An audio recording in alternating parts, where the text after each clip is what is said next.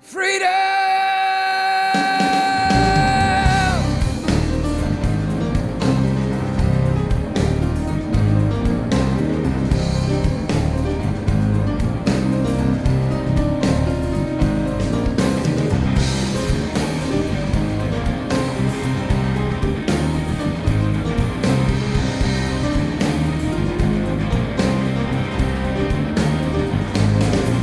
Well, back in the Bible there was that old Pharaoh who ruled over Egypt and Israel. And God spoke to Moses through fire. The bushes said, kick off your shoes and stay a while. All of humanity was made to worship you. Pharaoh, get out of my way.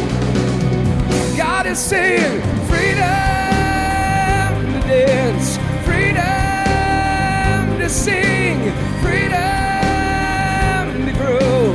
Telling you, Pharaoh, let God's people go. Worship now, worship now, worship your God. Worship now, worship now, worship your God. Worship now, worship now, worship your God. Worship now, worship now, worship your God. Let him go.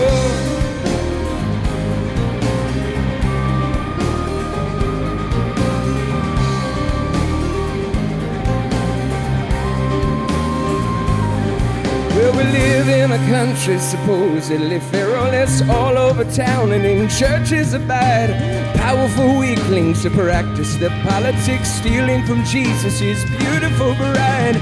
Whether you're Pharisees, Sadducees, heresies, you best get out of God's way. God is saying, freedom to dance, freedom to sing.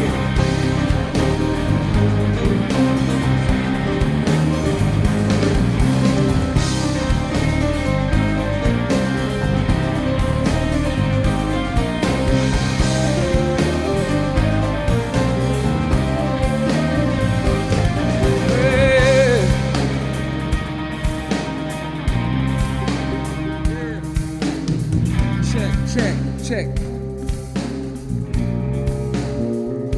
We believe, right? We believe.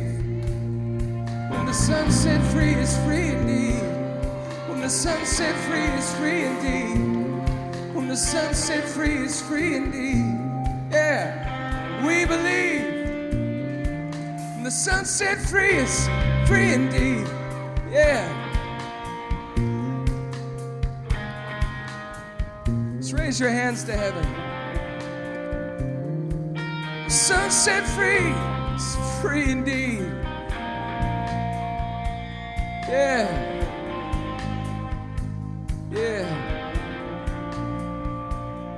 When the sun set free is free indeed. When the sun set free is free indeed. When the sun set free is what?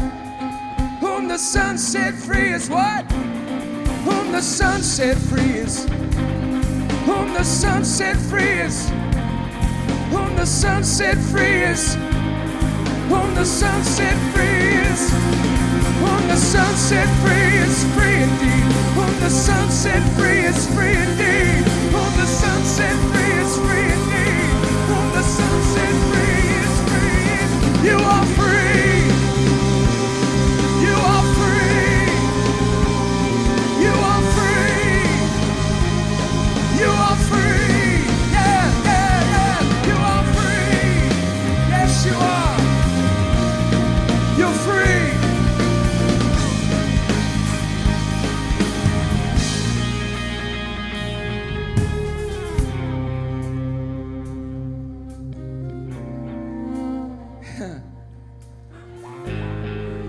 It's interesting, there was a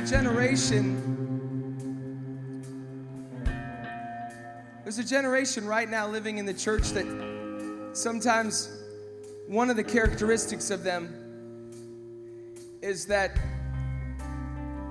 they ignore problems. This generation coming up, one of our characteristics and one of the things we've been told is that we see problems. The problem is that Neither one of those things is the solution. Honesty will only lead us to despair. I'm really specifically speaking to those 40 and under. Honesty is not the truth. Honesty leads to despair if it doesn't lead you to the truth. So when I'm speaking about freedom, see, like back in the Bible, when Adam sinned, he played the shame game with God, see? And he hid behind the bushes. And God came to walk with him, right? And he hid behind kind of the unworthy trick, right?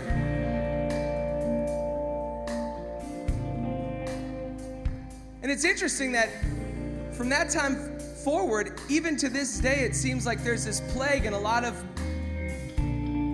spirituality, and especially in a lot of Christianity, and that is this, that somehow God has distanced himself from us.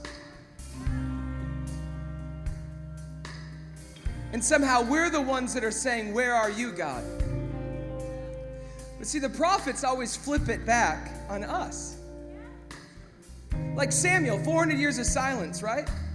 And the first word that a young boy ever gets is the word to tell his father, and he's scared to do it. It's one of the signs of a real prophet that you're terrified to say it. If you're just a big mouth, you're not a prophet, right? But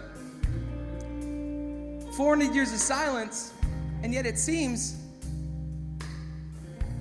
that God was speaking, because the very word that Samuel gave was the word that Eli turned a deaf ear to. There's 400 years of silence before Jesus, and Jesus says, "To those that have ears to hear and eyes to see." So what we've done is humanity tries to distance themselves from God and then blame him for the distance. Right? John says, to those that have received him, see? He gives to us grace upon grace upon grace upon grace. I'm not talking about mercy, I'm talking about the power. So just begin to say, see, God wants us to be intimate with him. And the reality is that we really want control. We want control.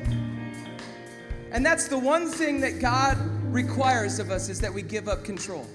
So we want to get free. If you're dealing with a sin issue in your life, stop fighting the sin issue and start giving up control. You know what I mean?